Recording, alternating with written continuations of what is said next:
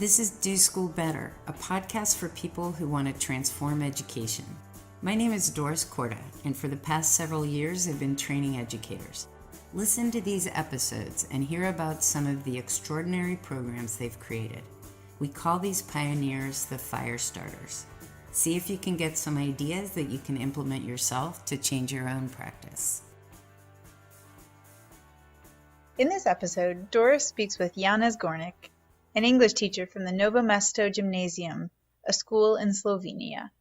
He shares his journey to teach entrepreneurship so that his students develop practical skills and knowledge. Hi, Janez. Hi, Doris. How are you? It's great to talk to you. Oh, I'm very fine, thanks. I've been spending the week in Oswego, upstate New York, with a couple of students. Nice. Janez, if you could start by talking about yourself, what you do, and why you think entrepreneurship education, why you've been so passionate about this kind of education in Slovenia and with your students. So, as you said, I come from Slovenia. I've taught English for 21 years at the Novo Mesto Gymnasium. The Novo Mesto is my town. And about 7 years ago or 8 years ago, I came up with the idea that because my school is sort of like a general education school, I came up with the idea that we needed to implement entrepreneurship into education because students, I thought, or believed, were not getting enough practical knowledge, practical skills. So I started implementing certain programs that I thought were entrepreneurship programs into my English classes. It was, of course, all about business plans and, selling soap or lemonade stands. But then later on, I joined a program which was international and it was multi-schools. So I learned about different methodologies. I learned about, doing it the startup way, doing it the lean startup way. Later on, when I started connecting with the ecosystem, the startup ecosystem, I learned also design thinking, Google Sprint. What I started doing was connecting to people outside of education, reading blogs about stuff that is outside of education. And yet I found how much education there is in there. Because basically, startup, as Steve Blank says, of course, you're learning about your scalable and repeatable business model. So you have to learn, you have to go out, get out of the building, test your hypotheses. And I said, wait a minute, but this is education. It's just education in the real world. So I started implementing it in my after school. There's some entrepreneurship as such is done as after school activities now. I started implementing this in my after school activities. I saw that it was headed for a dead end because I cannot lecture lean startup. I cannot lecture, get out of the building. And then I heard about this Doris Korda from Hawken. And I thought, okay, what is this all about? And I read about you in a Steve Blank blog. Like, here's someone who finally is doing entrepreneurship the right way and not the lemonade stand way. And I read about how you do it with authentic challenges. So, of course, I got very, very enthusiastic. We connected over LinkedIn. You invited me over to, do you want to come to the workshop? I said, yeah, maybe, some other time. I can do it on my own, sure. And I tried with the challenges. And, of course, it didn't work. But slowly, I was trying out new things. And then finally, when I did come to Cleveland, which was last year, even though I'd read about it, for me, it was an epiphany, in a way. When I heard what your curriculum is all about, and it's interdisciplinary, and it is, teamwork all through the semester. And it isn't, your regular testing, but it is basically, I don't even remember how you give them grades. Sorry. But that's okay. That's great. I'm glad you don't remember that. It's so not important. No, it's not, because it's the process that's important. And I saw some of your students, what they became. I also picked up on the deschooling process, which is so important. And it has, if you don't do that, it will always backfire. And I heard other teachers also from other American states, schools, private schools, some public schools. I met Australian teachers, and they were all coming up against the same, let's call them challenges. Yeah. And I thought, okay, schools are very, very similar to one another everywhere. And I sort of felt, okay, so in Slovenia, we're not that bad, actually. We're pretty good in this. When I came back, I was determined to start things completely differently. I said, okay, I'm going to implement great changes. I'm going to do a revolution, both in my English class as well as my entrepreneurship class. And in my English class, I reset my classroom. In some classes, they were doing, from where I stand, they were doing wonderful jobs. I gave them a challenge, like for instance, they were taking a mountain trip, and I gave them a challenge of, okay, you're going to the mountains, so what are you going to take in your backpacks? What food are you going to pack? What clothes are you going to pack? This is all vocabulary in English. Yeah. What's the weather going to be? So how are you going to prepare? What's the terrain going to be like? And they had to look. They had to look at the weather forecast. They had to look at the terrain, on Google Earth or on, Wikipedia, and present reports. This is what we're going to wear. This is what we're going to take with us because so and so and so. I didn't write anything on the board. Firsthand. Of course, they did all the research and then they made the presentations. Then I wrote a lot on the board. But somehow this didn't work for them. I still haven't figured out why. Basically, what it did was in like 4 or 5 months, I'm going to use some wordplay here, it wildly backfired. And then I had to revert to traditional teaching, which I hate, which I really hate. But at that point, there was no other way. I just had to write everything on the board, and they copied it in their notebooks and then reproduced on the test, and then it was okay. I was appalled by this, but by my own failure. But sometimes it just doesn't work. In other classes, it works wonderfully. This is so interesting. Why do you think that it backfired? Why do you think that? What do you think happened? What I think happened is, this is my perspective, so it's assumptions, right? Sure. But my assumptions, and based on some research, are at the end of the school year, we have our matura tests, which is like SATs in America or A-levels in Britain, and they get points. The kids get points on these matura tests, and these points then are open doors to different colleges. And some colleges are like medical, medicine, for instance, is very, very hard to get in, and you need lots of points. And you also need lots of points on your regular grades, which we give, like in English, in 2 semesters, every student gets at least 6 grades, which means 4 written tests and 2 oral tests in English alone.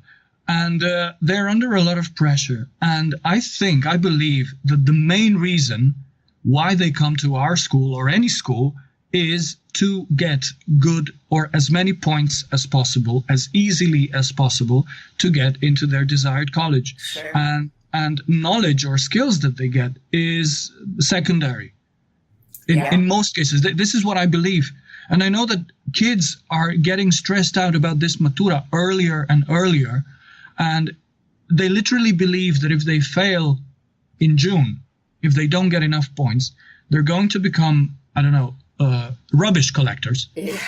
But if they do well, then, golden highway to heaven is open for them, and nothing else can go wrong.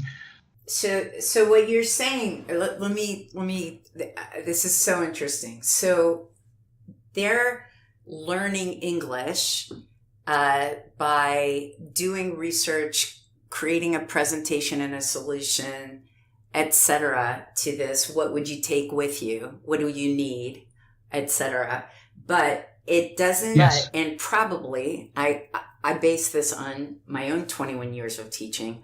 They actually would end up learning English more deeply and better, and would probably perform better on those standard English tests. But they don't know that, and they're getting worried because you're not feeding them the vocab words in the usual way, and they're thinking, oh my gosh, I'm not getting prepared for the test. Yes. Is that, exactly. Yeah, you just kind of summed up the state of education globally and what we're all fighting against. When I was teaching math, and I taught math for 14 years and developed these different methods as a math teacher. I experienced what you're talking about in a huge way. That was the deschooling that I had to do as a math teacher. And the other math teachers teaching the same courses that I was teaching we were all supposed to cover, I'm making this up, but let's say chapters 1 through 12 in a textbook. And in the first several weeks, sometimes months of the class, the other teachers teaching the same class could point to their progression. Oh, I'm on section 2.1, then tomorrow's 2.2, then tomorrow's 2.3. And in the beginning of the class, I wanted to make sure students had the deep foundational knowledge of the concepts and really deep understanding. So I wasn't following along in the textbook. And the other teachers would look at where I was, and they were worried about me and my students. But then in the second part, after we got through that, the students in my classes not only completed all those chapters worth of content much more quickly than in the other classes, but they ended up with much higher test scores. And the reason wasn't that, the difference in the students or the difference in the teaching. It was the teachers. It was the different in the methodology. But in the beginning, the parents and students looking at my class versus the other classes, if they had done that comparison, may also have been worried. Does that sound similar to what you're talking about? It does sound similar. When you said they were worried about you, that is exactly what is sometimes happening to me. I'm not saying any teachers are worried about me, but some students, I get the feeling, are worried because they cannot compare the way I teach with how other teachers teach, and they don't know whether they're doing anything at all. This is how I feel that they are feeling, and I try to calm them down. Individual conversations, why do you worry so much, and try to present the rationale about why I teach the way I teach, and because this is the only way I believe teaching or learning can be done. I mean, it's the best way learning can be done. But still, sometimes I struggled with this myself. So, am I doing the right thing? Am I screwing everything up for them? I just don't know. I feel I'm doing the right thing, but I just don't know. Well, it's hard when you're alone, right? Yeah, I mean, okay, so obviously things are catching up. I'm very, very happy to say things are catching up. Like I said, in Slovenia, getting to the entrepreneurship things, the startup methodology, which you use and we use here, have caught on really, really fast. And the teachers who are doing this, and even in business schools, even though their curriculum does not use this, they still use as far as I know, the business plan stuff. The teachers there are catching on very quickly because they can see that it doesn't work. And many, many of them are using the startup methodology, lean startup methodology. Many of them don't even know what it's called, but they just use it because they've heard about it somewhere. The ecosystem that I mentioned also is very strong. I'm part of that ecosystem, so I help whenever I can. We have, for teachers, for instance, every fall we have startup weekends for teachers that are not meant so much to produce new companies, but are meant to give teachers or allow teachers to get to know new methodologies and use them in practice while they are there. And this is great. Not 40,000 teachers, of course, have done this, but several hundred have. And they're the ones that are trying to implement new methodologies, more realistic and better ones. It is also very, very important to have absolute support and trust from the school's leadership. I have a headmistress. I have a headmistress who supports what I do. I think, anyway, 100%. Sure seems like it. It sure seems like she does. I mean, it's really exciting. Yeah. I mean, I have, if I may, just a story. We have, so these two girls that are here on the entrepreneurship competition. We won the national competition amongst 64 teams. They came out the best. They qualified for Oswego. And of course, they needed this and that papers. And then there's another team which has been invited to our best startup accelerator in Ljubljana. That's the capital city. Another one of your teams. Another one of my teams, yes. That's great. It's more like a satellite team because they were in the club on and off, but they didn't need to be because they are so driven. That's great. And when they needed to skip the last month of school, they needed some money that they got as a donation transferred to the accelerator from the schools. They needed to buy a web domain. They needed to buy some logo stuff. And the school and the headmistress needed to approve this. I've heard of headmasters around in different schools complicating, you wouldn't believe. But our headmistress, she just said, "What do you need?" "Yeah, sure. Just give me the paper." She signed them, no questions asked. And it is such, I mean, I hope she isn't listening, but it's such a relief to have someone on the other side who is listening to you, and she just understands what you want and no complications. Yeah, sure, let's do it. Janez, I don't think it's just a relief. I think it's actually essential. I think for these things, it's one thing to do startup weekends, pitch competitions, and those are good things. But what you're trying to do, which is very difficult work, you're an in-school teacher trying to change the way academics are delivered and done in school. And to have the support of the leadership of your school is essential. You can't do it otherwise. Yeah, definitely. These are the key players. And if they're not in on it, then you can't do anything. You struggle. So tell me about what this has been for these two girls that are your students that are with you. Talk about what has this done for them? What have you seen? What has the learning been for them? Well, okay, so I admire them all the more because they're final years. While everybody else, all of their schoolmates have been preparing for the Matura in the last 3 months. They have literally, they came to me in, when was it? March, I think? No, the end of February. And they said, okay, we have honey production at home and we'd like to make some money. Do you think, we've made some lip balm. We'd like to sell it. Can you help us out? And I said, okay, so let's be a bit more ambitious than this. Let's try to, make a business model. And then there's this competition, by the way, probably not interested, but let's try to get in there and, just write a business model. And they had to do the Doris Korda authentic challenge methodology that you do, or is normally done in one semester in like 2 weeks. Awesome. And I said, okay, right. And fortunately, the boyfriend of one of them is also on the team that is in the accelerator now. So he helped them out.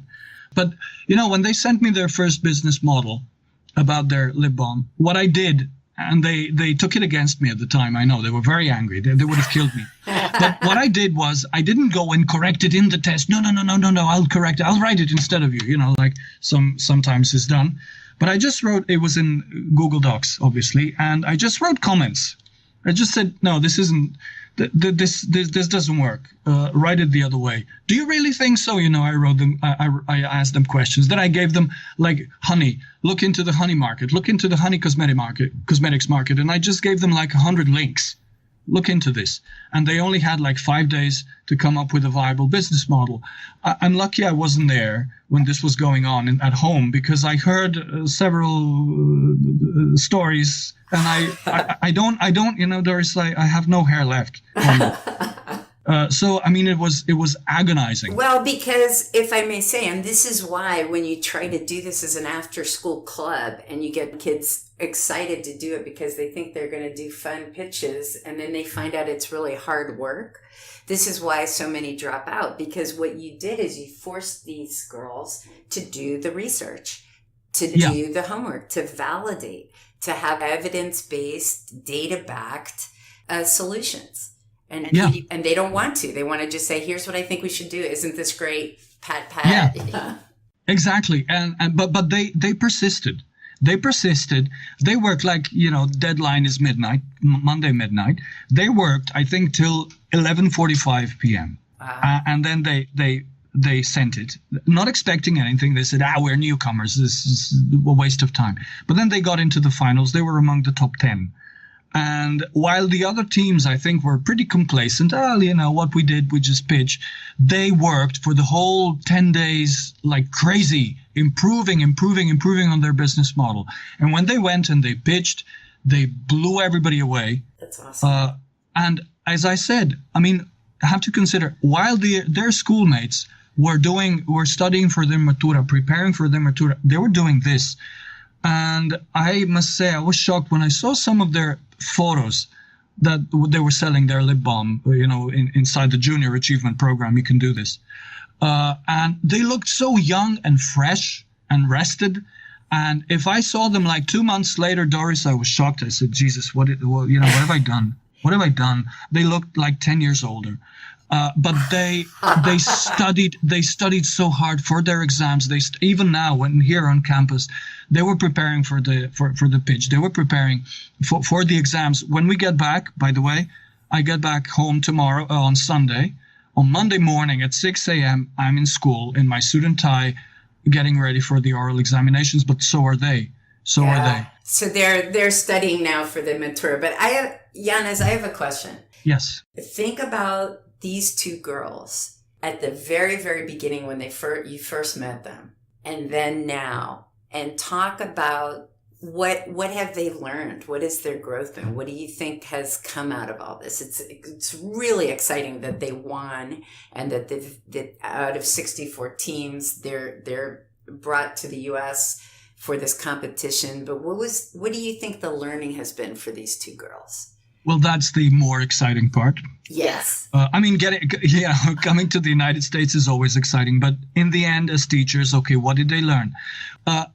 I will say that they have grown immensely as people. They have learned that just yesterday when we were coming home from the Niagara trip, we went to the Niagara Falls. We had a good conversation on the bus. And they said, you know what? 3 months ago, before I started this, everything I started was, I can't do this. It's too hard. And now they said, but now, look, I mean, anything I do, it is hard, but I know I can do it. So this is maybe, they don't share everything with me. They've had enough of me. but they're frank and they're open about this. They're very, very open in their conversation with me, what they liked, what they didn't like about my methodology. As I said, they held it against me that I didn't write the pitch instead of them, but now they're proud. Now they know they can do anything. Exactly. And also when, they did interviews for admissions, there's another team from Slovenia, and they got invitations to these interviews, and the two girls just tagged along. They came along, and they talked, they asked questions. This guy, I didn't want to ask any questions for them. I said, okay, well, if you want to get in, you'll ask questions. I'm not doing anything for you. I'm not going to study in the United States. And they asked very, very relevant questions, and they got enthusiastic about it. And they said, you know what? I could actually come and work here. Well, it costs money, but then of course you can get the grant and you can do this and that, and you have to do the SATs, and no problem. I mean, if I compare their mindset to the mindset of your, let's say, average regular high school kid, they're talking about, for what would be for some of them insurmountable challenges. For them, it's, yeah, we'll do this in April, we'll do this in February. In the meantime, we'll try to sell some stuff and, earn money. And then, oh yeah, there's these girls we've connected with from Cambodia. Let's, maybe try to start a collaboration with them and go there, just on holiday, yada, yada, yada. And I said, wow, I didn't know them before. I don't teach them otherwise. I don't teach them English. And I feel that they've grown so much. Well, so here's my question, Janez. I've watched you, I've seen you. You have been absolutely devoted tirelessly to being a pioneer in these things. And it's as you've done a very good job of describing in this, it's really hard. What do you believe this can mean for Slovenia? Why are you continuing to push this so much with Slovenian educators and education? So I usually, I'm not a sports fan, okay? I don't have my favorite football team. I don't have my favorite basketball team or any kind of team. I do some jogging and that's it. But when I asked about favorite teams, I say, well, my favorite team has 2 million players and I want to see them win. And I'll do anything I can to help, and that's Slovenia. I'm very, proud of my country, and it's very difficult to define proud. I think, when you're proud of your country, then you see everything that's wrong with it, and you are. I don't watch the news, by the way. I feel sick when I watch the news. Yeah, me too. But still, I've turned personally. I've turned from a guy who. 20 years ago when I see myself, a guy who complained about things, a guy who doesn't do anything because it cannot be done, into a person who now, and I'm quite proud of this, every person, even maybe I don't get that well along with them, some teachers, but I try to find what's best in them. And I try to find, okay, what can we do together? And you have a school full of teachers who will not do project work, who will not do authentic challenges. Okay, a whole school of teachers, that's a bit overgeneralizing. How many can, for instance? And I will go and I will find them. And I will try to work with them, or they will try to work with me. Not very easy, I must say. I'm not an easy person to work with. But no, I difficult to admit, but I do have. Hey, I was with you. I don't see that. I think you're delightful to work with. I loved working with you, but keep going. Yeah. And my vision, right now, for instance, entrepreneurship in schools has been done mostly by dedicated and devoted teachers like myself. That's why I said the startup methodology has been implemented so widely. Otherwise, it would not have been. And the government institutions that supported this were mostly coming from different sectors, other sectors than the education sector. Now, the education sector has okay, I'll use a term, woken up a little bit in this respect, or they're determined. There are some determined people there that they're determined to catch up, because they also see, and they're in the ministry, top positions, but they see that this type of education isn't going anywhere. Of course, we also... Meaning the current type of education isn't going anywhere. Current type of education. And just like me, 7 years ago, okay, we need good entrepreneurs, so let's do entrepreneurship in school. I still think we need great entrepreneurs, and I'm doing everything in this field. But as you also say very often, entrepreneurship teaching can be used as a vessel for anything, any kind of teaching, right? Yeah. Because in the end, if you're learning something, well, why not learn how to do something for other people and make it usable for them? So that is the essence of entrepreneurship.